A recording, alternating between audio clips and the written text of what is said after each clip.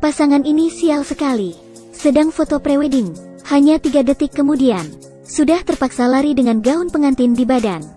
Nyonya tidak bisa bawa gaun pengantin. Kalau rusak akan kubayar. Bukannya tidak mau menikah, tapi karena mereka adalah pemadam kebakaran. Tadi, mereka mendapat panggilan darurat. Banyak orang tidak tahu makna panggilan darurat seperti apa. Tapi bagi tentara atau pemadam kebakaran, ia berarti apapun yang sedang kau lakukan, tetap harus ditinggalkan semuanya. Si cowok ini belum selesai makan daging ayam tapi sudah harus berangkat. Saat ini tim pemadam kebakaran belum tahu.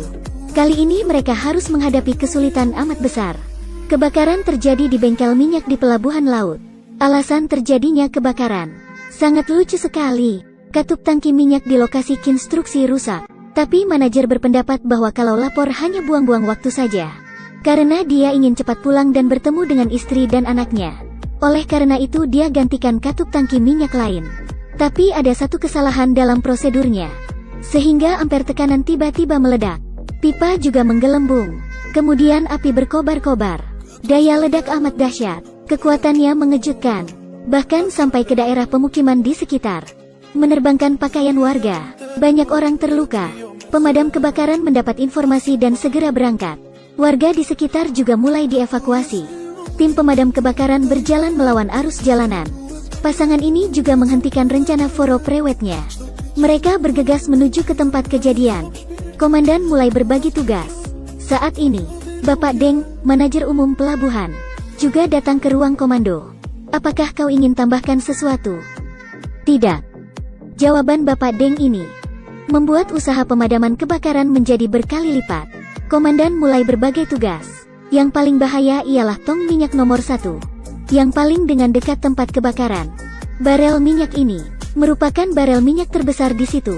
Barel itu sudah dipanaskan berjam-jam dan bisa meledak kapan saja. Jika terjadi ledakan, maka akibatnya akan sulit diduga.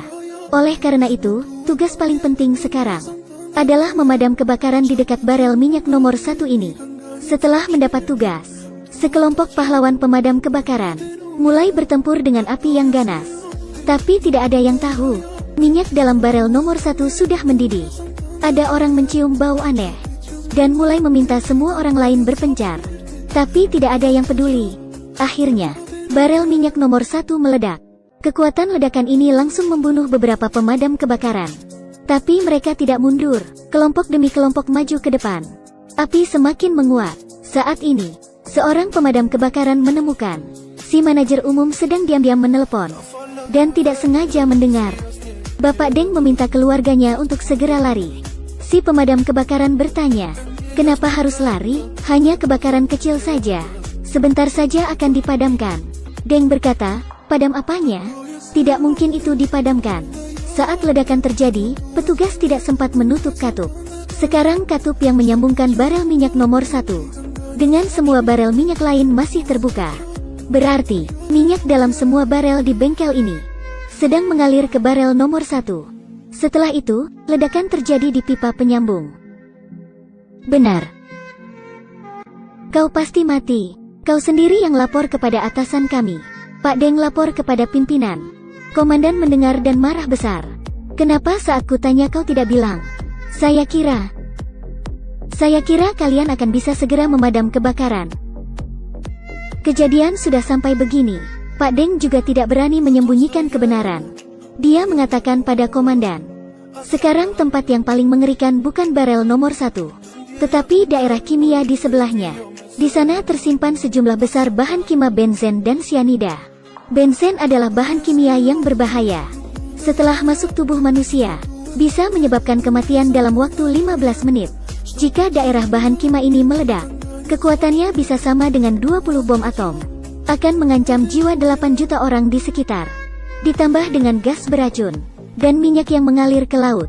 Saat itu bahkan negara tetangga pun juga bisa mengalami musibah. Kesimpulannya, akibatnya amat serius. Berita tentang ledakan di daerah pelabuhan segera tersebar ke warga. Warga kota menjadi panik. Seluruh kota menjadi berantakan. Semua orang ingin melakukan evakuasi. Hanya para pemadam kebakaran yang tetap maju ke depan.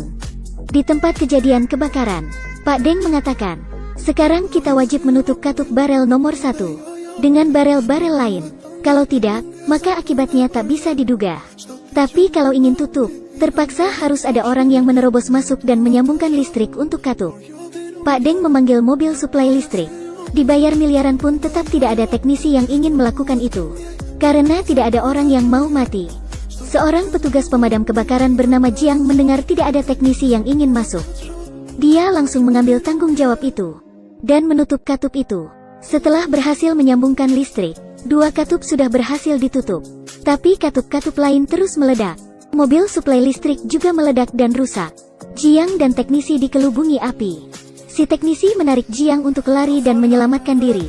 Namun Jiang hanya bisa melihat foto keluarganya, lalu lanjut berjuang melawan api. Sekarang semua katup listrik yang tersisa sudah rusak. Komandan mengirimkan 1 tim untuk untuk menutup katup dengan cara manual. Tapi semua jalan menuju ke katup-katup ini sudah ditutup api. Ia terpaksa harus memikirkan cara buka jalan. Jiang memaksa untuk masuk ke dalam tim siap mati. Saya sudah pernah masuk dan tahu di mana posisi katup. Saya adalah pilihan terbaik. Orang lain tunggu perintah. Kalau saudara maju dan gagal, orang berikutnya segera menggantikannya. Dengan begitu, Jiang dan rekannya mengambil resiko kehilangan nyawa untuk menuju ke posisi katup. 2 orang mulai berputar bergantian. Oksigen pelan-pelan mulai habis. Pada awalnya, Pak Deng mengatakan dengan jelas bahwa hanya 10 menit untuk menutup.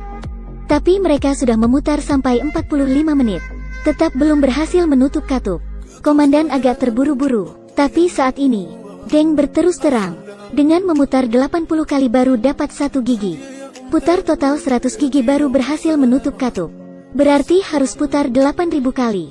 Komandan benar-benar mengamuk. Kenapa kau membohongi kami berulang kali begitu? Kalau saya bilang jujur, tidak akan ada yang masuk sana untuk melakukannya. Kebakaran seperti ini bagaimana bisa dipadamkan? Kau terlalu meremehkan pemadam kebakaran kami. Saat ini, suhu barel minyak nomor 1 naik lagi.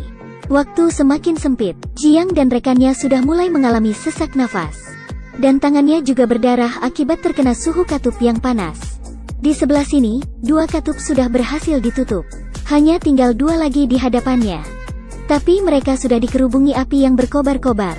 Bagaimana cara untuk ke sana sekarang? Mereka berdua memberanikan diri menginjak pipa. Dan selangkah demi selangkah menuju ke seberang. Tapi barel minyak mulai mengeluarkan suara yang aneh. Ledakan dahsyat terjadi. Membuat sangat banyak pemadam kebakaran terluka. Api juga secara bertahap menyebar ke area bahan kimia. Sekelompok pemadam kebakaran dikelilingi lautan api. Saat ini, seorang pemadam kebakaran telah mengorbankan diri untuk membuka jalan bagi rekannya. Tapi dia sendiri juga tertimpa reruntuhan bangunan dan jatuh di lantai. Dia menggunakan sisa tenaga yang terakhir untuk melemparkan helm keluar.